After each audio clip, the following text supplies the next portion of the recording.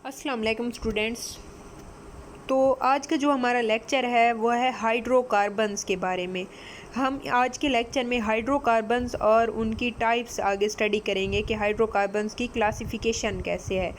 So first of all जब हम देखते हैं कि हाइड्रोकार्बन्स क्या हैं तो compounds of carbon and hydrogen जो होते हैं उन्हें हम क्या कहते हैं, हाइड्रोकार्बन्स। और ये मोस्ट आस्क्ड क्वेश्चंस है, पूछा जाता है अक्सर एग्ज़ाम्स में, कॉम्पिटिटिव एग्ज़ाम्स में ये पूछ लेते हैं कि हाइड्रोकार्बन्स क्या होते हैं। तो हमें पता होना चाहिए कि hydrocarbons compounds of carbon and hydrogen होते हैं।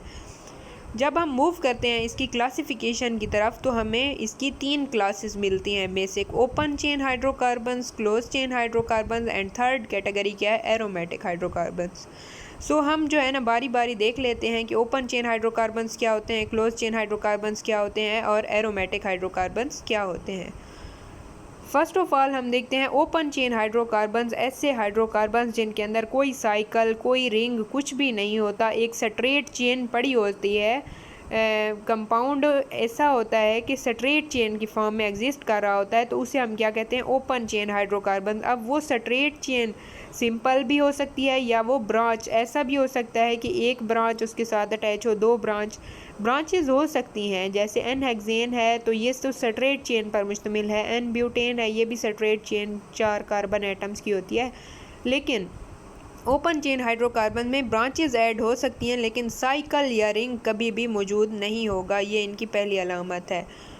नेक्स्ट जो हमारे पास क्लास है वो क्या है, क्लोज चेन हाइड्रोकार्बन्स। ये ऐसे हाइड्रोकार्बन्स होंगे जिनके अंदर एक ना एक साइकिल या एक ना एक इनके अंदर साइकिल मौजूद होगा। वो साइकिल अब हमारे पास क्या हो सकता है, होमोसाइक्लिक या कार्बोसाइक्लिक हो सकता है। मतलब ओवरऑल साइकिल जो है वो कार्बन एटम से मिलकर बना हो, या वो हेट्रो एटम भी हो सकता है, यानी हेट्रोसाइक्लिक होंगे वो कंपाउंड्स।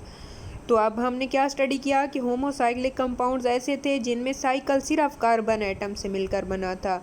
और जो दूसरी क्लास है वो क्या है, हेट्रोसाइक्लिक। इसमें साइकिल के अंदर एक ना एक हेट्रो एटम पाया जाता है। अब होमोसाइक्लिक की मिसाल हमारे पास क्या होगी, जैसे साइक्लोब्यूटेन, साइक्लोप्रोपेन, इस तरह से ये सारे क्या हैं, होमोसाइक्लिक की मिसालें जिनमें हमारे पास रिंग जो है कार्बन एटम की है। लेकिन हेट्रोसाइक्लिक जिसमें हम फ्यूरॉन की स्टडी करते हैं, जिसमें हेट्रो एटम हमारे पास ऑक्सीजन है, इसके अलावा थियोफीन है, उसमें सल्फ़र है, पिरिडीन है, उसमें नाइट्रोजन है हेट्रो एटम। तो ये हमारे पास क्या है, क्लोज चेन हाइड्रोकार्बन हैं और ये हेट्रोसाइक्लिक होते हैं, इनमें एक न एक हेट्रो एटम मौजूद होता है। सो थर्ड क्लास है हाइड्रोकार्बन्स की, लास्ट भी है, थर्ड भी है, तो एरोमेटिक हाइड्रोकार्बन्स। अब जब हम आइडेंटिफिकेशन टेस्ट परफॉर्म करते हैं तो एरोमेटिक हाइड्रोकार्बन्स की पहचान ये होती है कि इनका सूटी फ्लेम होता है, यानी स्मोकी फ्लेम हमें इनका ऑब्टेन होता है जब हम इनका टेस्ट करते हैं।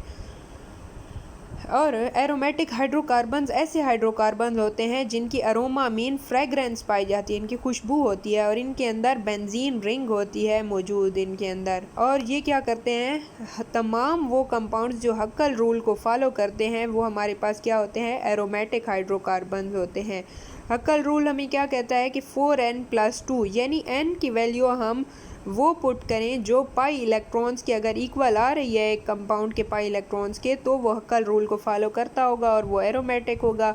अदरवाइज़ अगर वो फॉलो नहीं कर रहा तो वो क्या होगा, या फिर वो एंटी एरोमेटिक है या नॉन एरोमेटिक है, वो अलग कैटेगरी है। लेकिन एरोमेटिक हाइड्रोकार्बन्स कौन से थे, जो हक्कल रूल को फॉलो कर रहे थे। और इनकी करैक्टरिस्टिक ऑर्डर भी होती है, यानी इनकी फ्रेगरेंस होती है। बेंजीन जो है ना प्रिकर्सर है, बेंजीन अगर जो भी एरोमेटिक कंपाउंड होगा उसके अंदर बेंजीन मौजूद होगा हर हाल में। So it was today's lecture, hope so आपको क्लियरली अंडरस्टैंड होगी बात हमारी। अगर फिर भी आपको कोई क्वेरीज़ हैं तो आप कमेंट बॉक्स में पूछ सकते हैं, और अगर आपने हमारा यूट्यूब चैनल सब्सक्राइब नहीं किया तो काइंडली सब्सक्राइब कर दें और बेल आइकन प्रेस कर दें ताकि आपको हमारी लेटेस्ट अपडेट्स मिलती रहें। Thank you very much.